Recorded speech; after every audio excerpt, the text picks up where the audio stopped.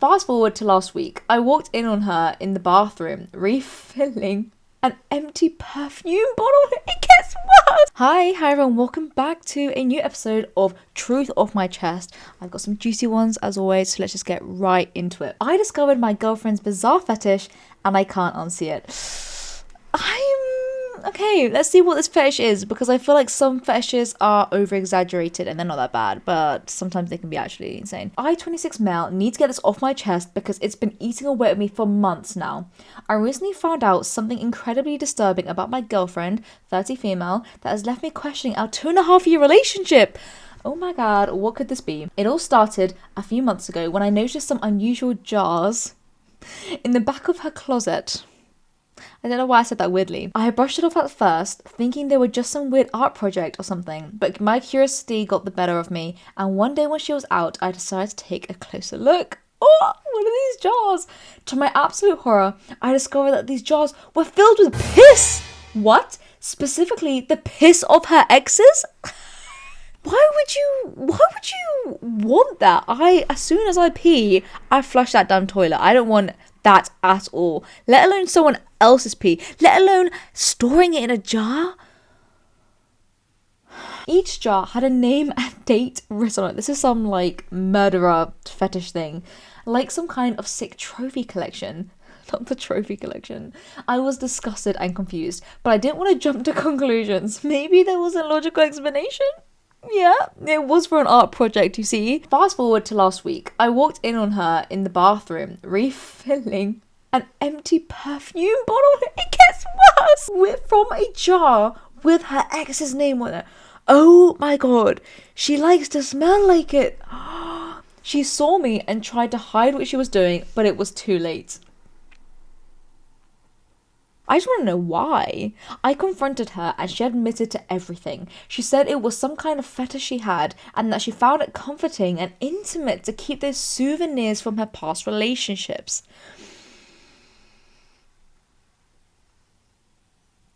Stinking like piss? Also, 2.5 years in a relationship. Surely that piss smells awful. So how is this dude? How have you not noticed that your girlfriend is smelling like piss? Now, here's where things get even more twisted. Wait, no, please. How does it get worse? She begged me not to leave her, promising that she would stop if I stayed. Okay, how many jars are we talking about here? Did she ask you to pee first before? And I did stay. Why? Because despite all this, she gives incredible head. Okay, well, shows the kind of person you are. I know it sounds pathetic, but it's true. I've never had someone so skilled and attentive in bed. So I thought to myself, maybe this is just a weird quirk she has. Who am I to judge? Yeah, damn right. Because I think everyone's judging both of you right now. But the more I think about it, the more I can't shake the feeling of disgust and betrayal. Dude, are you just forgetting you just said the only reason you're with her is because of her sexual acts? I would be feeling disgusted and betrayed if someone said that. It's not just the act itself, it's the fact that she kept it from me for so long. I feel used and manipulated. I don't know, that part kind of just changed my entire opinion of this. And the worst part is, I don't know how to bring this up again without sounding like a complete hypocrite. I mean, I peed in her butt for revenge. What the fuck?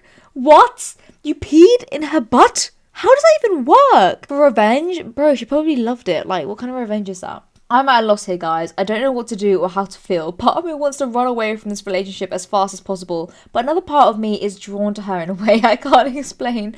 I need some advice, or at least someone to tell me I'm not crazy or feeling this conflicted. You know what? I think both of you just need to get checked out. She has some weird fetishes, but you also seem to be doing some weird things and saying some weird things. So, I don't know, you might not be right for each other, but I think you both just need to, I don't know, lock in. But yeah, I think there are some things on both sides here. I think the fetish thing is definitely weird. I want to know how you managed to get that pee. That's an interesting question. I want to know how bad it smells and why you're spraying it on yourself. Because yes, definitely from that alone, if this guy didn't say what he said about the whole staying with her just because of the sexual acts and peeing in her butt, then I would definitely say, look, like this is a bit... Fetishes are interesting. I personally think it depends on the fetish. And this to me seems like just a violation. A bit disrespectful. And I'd just be like, no. no thank you. And I would just make sure I wouldn't pee again in that toilet before I left her, just in case. But given what he said, I don't think he's any better. What do some other people think? Okay. Oh, top comment. You guys sound perfect for each other, actually. Exactly. And someone's like, yeah, it's LeMay. I thought exactly. Yeah. It just, yeah. There's not much really we can say about this kind of. Someone else says, she sprays piss on her neck and you making out later and kissing her on the neck. Pissy kisses. I love that. Oh my god. I love this other comment. Someone said, I mean, the real question you should be asking is, why isn't she wearing your piss? How could she claim to love you if she wouldn't even wear your urine for perfume? Is this really who you want to be with? I agree, people. Let's make this the new latest published green flag. Wearing your partner's piss. I think we should be advocating for that. OP even replied and said, exactly. Yes. You know what? Facts. That's what I'm going to ask my partner for Christmas. His pee. I don't mean this in a way. I'm not kink shaming or anything like that. I just think this particular kink, I just think it's slightly disrespectful to your partner. If you're getting pissed from previous relationships and if you think it's a souvenir, not even a souvenir, but if you think it's an intimate and connectful way to be with them, I just think that crosses the line a little bit. Like, yeah, maybe too much. So, okay. That was an interesting one. Let me know your thoughts. Our next one we've got is shamed by a woman for being busty. Now, I'm all about girl power and girl code on this one. And personally, I've had a little bit of experience in my life of having big teeters.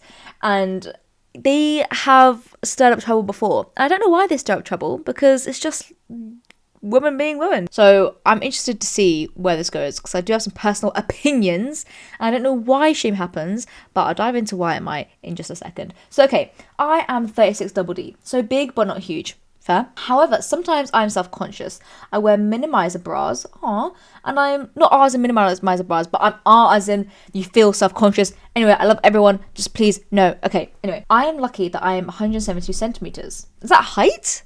God damn, what I would give for that height. I'm so tiny. I am not fat, not even chubby, but not skinny either. I don't understand why the detail is much necessary here. Okay, like my waist is not very well defined. I'm tempted to say curvy, but at the same time, I don't have a big butt lol. All this criteria. I don't understand. Yeah, why is this necessary? Anyway, good. Sometimes I love them, other times I feel bad about them. Okay, but today my female coworker shamed me. I was wearing a dress that was very tight, no cleavage, and she said to take her coat and wear it during a meeting. No. I told her I am not cold. Thank you. I would have been like, excuse me, I don't like that coat.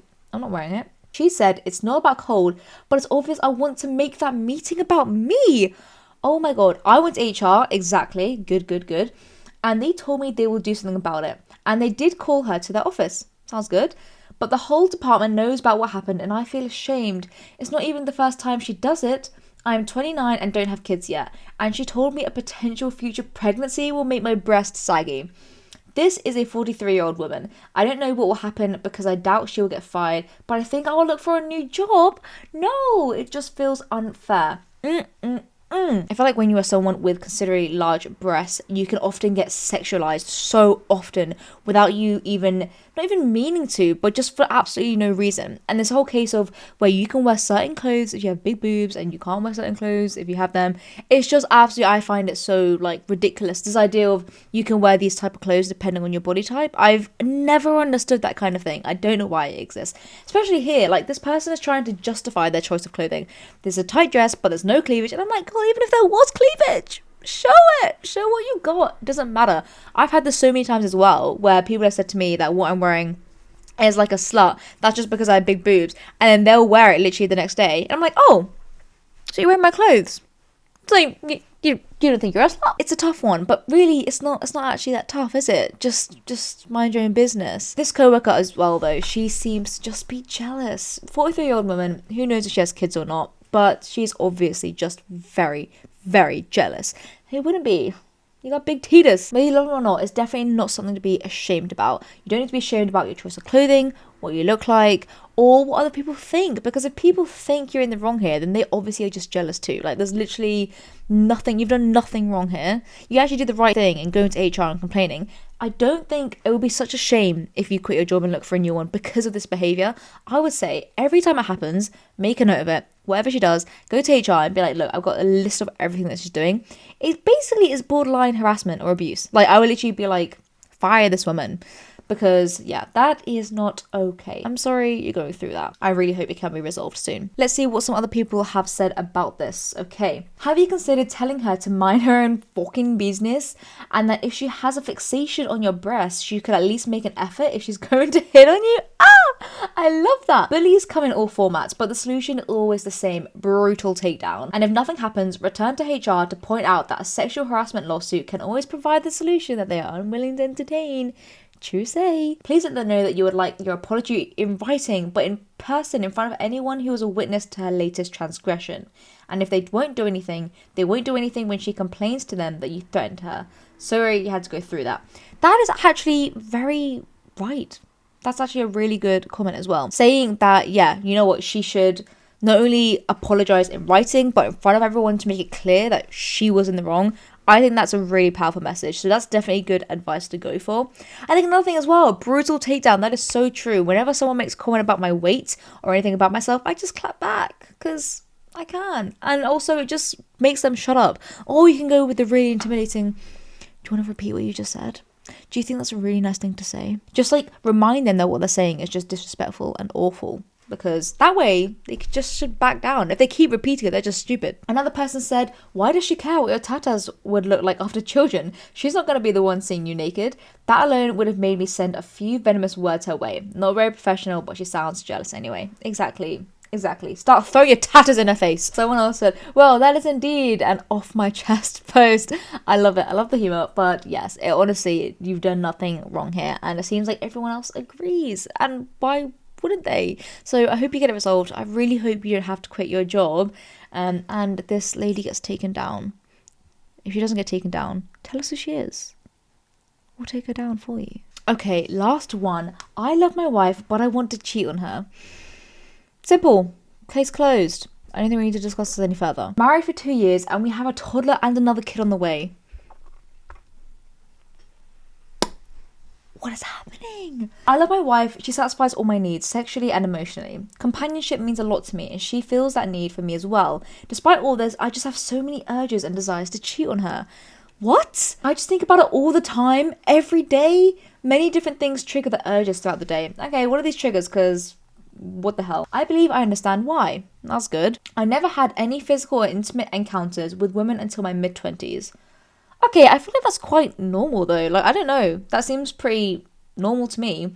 Basically, went all throughout high school with a kissless virgin, and I didn't have much of a life in college. Once I graduated and was out on my own, I found some confidence and began sleeping around a lot. I think now to this day, I still feel like I need to make up for all the lost time in high school and college, that I wasn't getting any sex or even attention from females. That, I'm sorry, I'm calling bullshit. I think that is a ridiculous excuse and urge for that. I don't know, maybe I'm being a bit too harsh here, but I just think mid-20s is not even like old. Mid-20s is, I'd say, if not even below the average of years where people actually lose their virginity. High school and college really isn't all that. I don't understand, like, I guess there's this idea, right? The whole idea of you go clubbing and you can, I don't know, maybe it's different in America, but like here it's like, oh, you go clubbing and you can like sleep around and do this and that.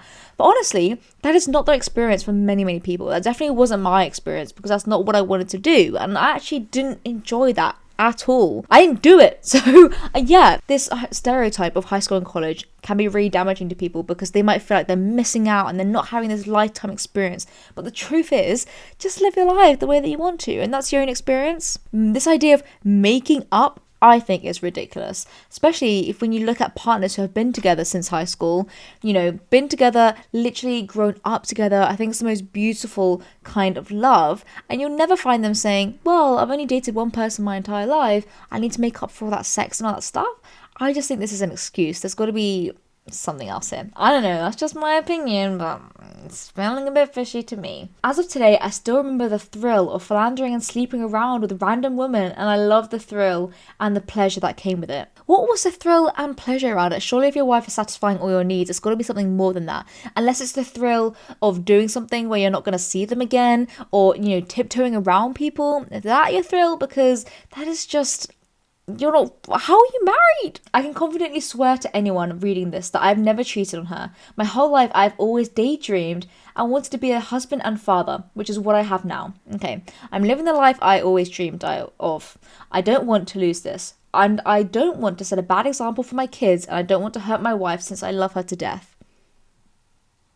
What? I don't think I can promise anyone that I'll never cheat on her. I'm not on any dating sites or talking to other women behind her back, but I don't know if I can stay faithful. Thanks to anyone who reads this. I probably deserve any bad thing someone wants to say to me, so say what you will. It's not like, oh, I really don't like this idea, and this has maybe triggered me a little bit, so I'm just gonna calm down for a second. But I really don't like when people say the most bizarre things, and they're like, oh, say what you will, just say whatever you want. Like, I know it's bad. Like, no, hold up. Did you just hear what you said? You are a husband and you claim to love your wife to death. You have kids along the way, and here you are talking about how badly you want to cheat. I really think if you've had these thoughts, you have not had these thoughts recently. You've obviously been thinking about this for a very long time, and which you should have never gotten married. Not right now, at least. You shouldn't have gotten married to this woman. You shouldn't have had kids with her and convinced her that she is the love of your life, because you obviously are not ready for that kind of commitment. Because this is not, I'm sorry, maybe it's just my opinion, but this is not a common thought. If you love your partner to death, then those thoughts would not even enter your mind. Maybe I'm being a bit harsh, but I just think the reason why is because it's coming from a place where I'm like, thinking about this woman and that woman being his wife, and I'm like, wow, she probably thinks her husband loves her to death. But to me, hearing that would hurt like hell. And I think that's where it's coming from. I think I'm feeling quite angry for the wife because she doesn't deserve this, especially as someone is claiming to love her this much. I just don't think it's possible for you to love someone, truly love someone, and still have thoughts about cheating. So that's my opinion. Let me know what you guys think, because this seems to be a touchy subject as well. Let's see what some people have said. Someone said, get therapy or maybe talk to your wife. If you think you'll end up cheating on her sooner than later, divorce her before it comes to that. Cheating is horrible no matter how you look at it. Yeah, I agree. Maybe I let my emotions get a bit too high on this one, but a more actual logical solution would be go get therapy. I agree. This might be something that you can work on in terms of your thoughts, but if it's this urge that you're feeling, and it's not like a porn addiction or something, if you're genuinely wanting to go out and be with other women, then yeah, I think a divorce is definitely a better idea. OP actually responded saying that's probably a good idea. And I know it's tough, and it's just so sad to see a divorce happen this way. Someone said this comment as well. I think you are enjoying a fantasy of the chase, but I bet if you think hard of the reality of losing your wife and child's respect one day and your own shame and self-respect, you'll realize the math ain't mathin'. So use that fantasy in the bedroom with your wife, and she doesn't even need to know about it. Yeah, I think if this is like a fantasy thing, but I don't think it is. It seems like they genuinely want other women. If it was a fantasy thing, then yeah, bring it in the bedroom. But it seems like this might be more than that. But you can't claim that your wife is satisfying all your needs and pleasures and then say you still want other pleasures with other women. It's not, yeah, what this person said, the math ain't mathing. Someone else said, I really don't understand why you people can't just leave innocent folks out of your fuckery. At that point, wouldn't you just prefer to be single? Yeah, I see that as well. But I think you love the security she brings to your life, so you can't give that up. So drain her dry in the meantime, right? While you have your cake and eat it too, hypothetically, of course. I can't promise. Give me a break. Get therapy, man. If not, let that woman go, or at least let her in on what's going in on your head before you actually do it, so that she has a choice in the matter. You need to learn why you're seeking out a hit of dopamine and validation. It's something within you, dude. Fix it, take responsibility, and don't fuck around on your wife for the fuck of it. A lot of interesting phrases there. I actually agree, I think, with a lot of the points that this person is trying to say. And maybe it is that, right? Do you really love your wife, or do you just love the fact that she is a security blanket and you want to try and potentially cheat in the future and experiment whilst having that security there? I think that's ridiculous. If you want to experiment, then leave your wife and do whatever you want. I just think that's so sad. Like, this is obviously some kind of mindset that I think has been ingrained on you to think that you are missing out. I don't know if friends are an influence or if people telling you that they lived the high school life, but even you're saying here that you miss the experience when you were randomly sleeping around with women. It's like, okay, I don't know. If you want to go back to living that way, you can.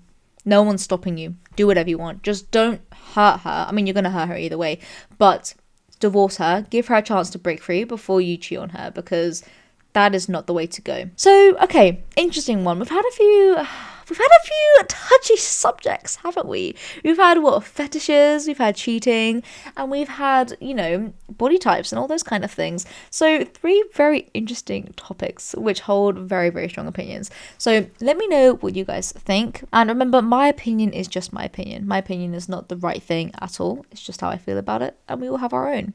So thank you all so much for joining, and I hope to see you all very soon. Okay, bye.